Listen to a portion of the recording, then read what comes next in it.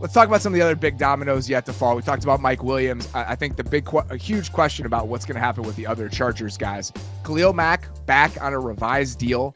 Yeah. That always made sense. Have we heard anything on what that looks like? I mean, we have not heard anything about the money there. But if I'm looking at the four people that had decisions to be made on the Chargers, it was Mike Williams, Khalil Mack, Keenan Allen, Joey Bosa.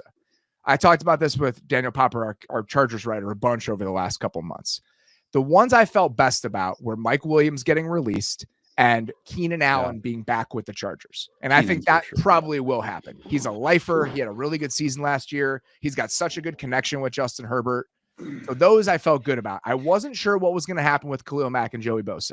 So the fact that Mack is back, now I wonder what is actually going to happen with Joey Bosa and whether or not he ends up getting traded.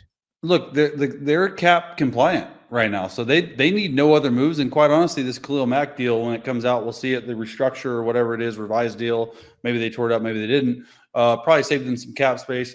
But I mean, I just think I felt like Mike was probably the one to go, being on the squad for the last 2 years, really in the past. Just his knee and the injury issue, and he's played 17 games since the 2021-2022 season. So that's an issue. Obviously, the Keenan Allen, I didn't even think about it because I just know how Justin feels about him. And I think that was a huge driving factor. Like, Justin got to bring back his quarterback coach, Shane Day, which he loved, which was fired. He was fired and shouldn't have been fired, but was fired. And he brought it, he was like, that's a Justin move, 100%. And this Keenan Allen, you can't let go of a guy like Keenan Allen. Now, the Joey Bosa thing, I just have a hard time. I get that you have to be cap compliant. I get that you still have to have room to sign draft picks. I get that you still need, they got Gus Edwards at a really good deal. But I have a hard time if I'm the new GM or really head coach. I know you want to put your stamp on it, getting rid of really good players.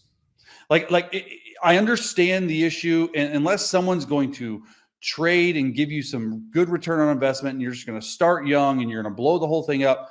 But if you can find somehow, like Joey's still got a lot of gas in the tank, man, and he's one of the top pass rushers in the league.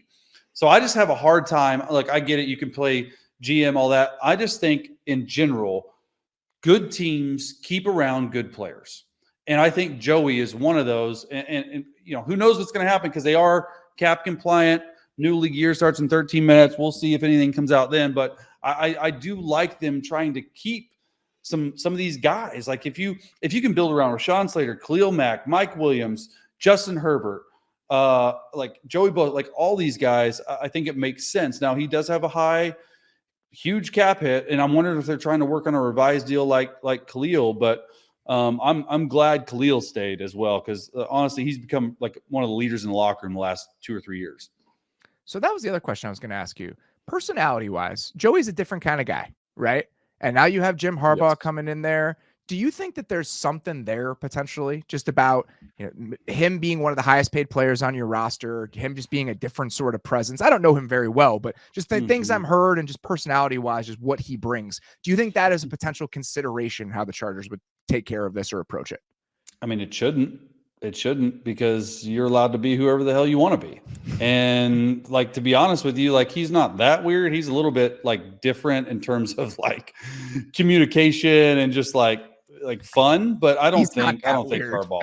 Yeah. I don't think Harbaugh is, I don't know. Look, that's what I wrestle with the Chargers is when you have to blow things up front office and you hire a new head coach, a lot of these times, these GMs and these head coaches want to come in and put their stamp on the team and change the team. So is it a fire sale? I don't know. It didn't look like it. I get the Mike Williams thing. I heard that they want to try to bring him back. I just don't know about the type of money. He's going to have a big market, but wouldn't that be something? If there's not the market that he hopes and you're able to get him on a really team-friendly deal, incentivize him, stuff like that, who knows? They could be keeping the band together. We just don't know anything. That's why I like this time of the year. It's the Chargers are a big team, a big focus, especially with the new head coach. It's what are they going to do? If you can get Mack, so Mack is a $38 million cap hit right now. Keenan Allen's at 34. If you tweaked both of those contracts, let's say you get those cap hits to 20 million each, that's $30 million in cap savings. You would save another 14 million if you traded Joey Bosa. I mean, you're in decent shape if you end up doing all of those 44, things. 45 million. Yeah, we'll see what ends up happening there. But again, like you said, they don't need to do anything, but it still feels like there are a couple of things There's probably something with how they're going to approach those numbers.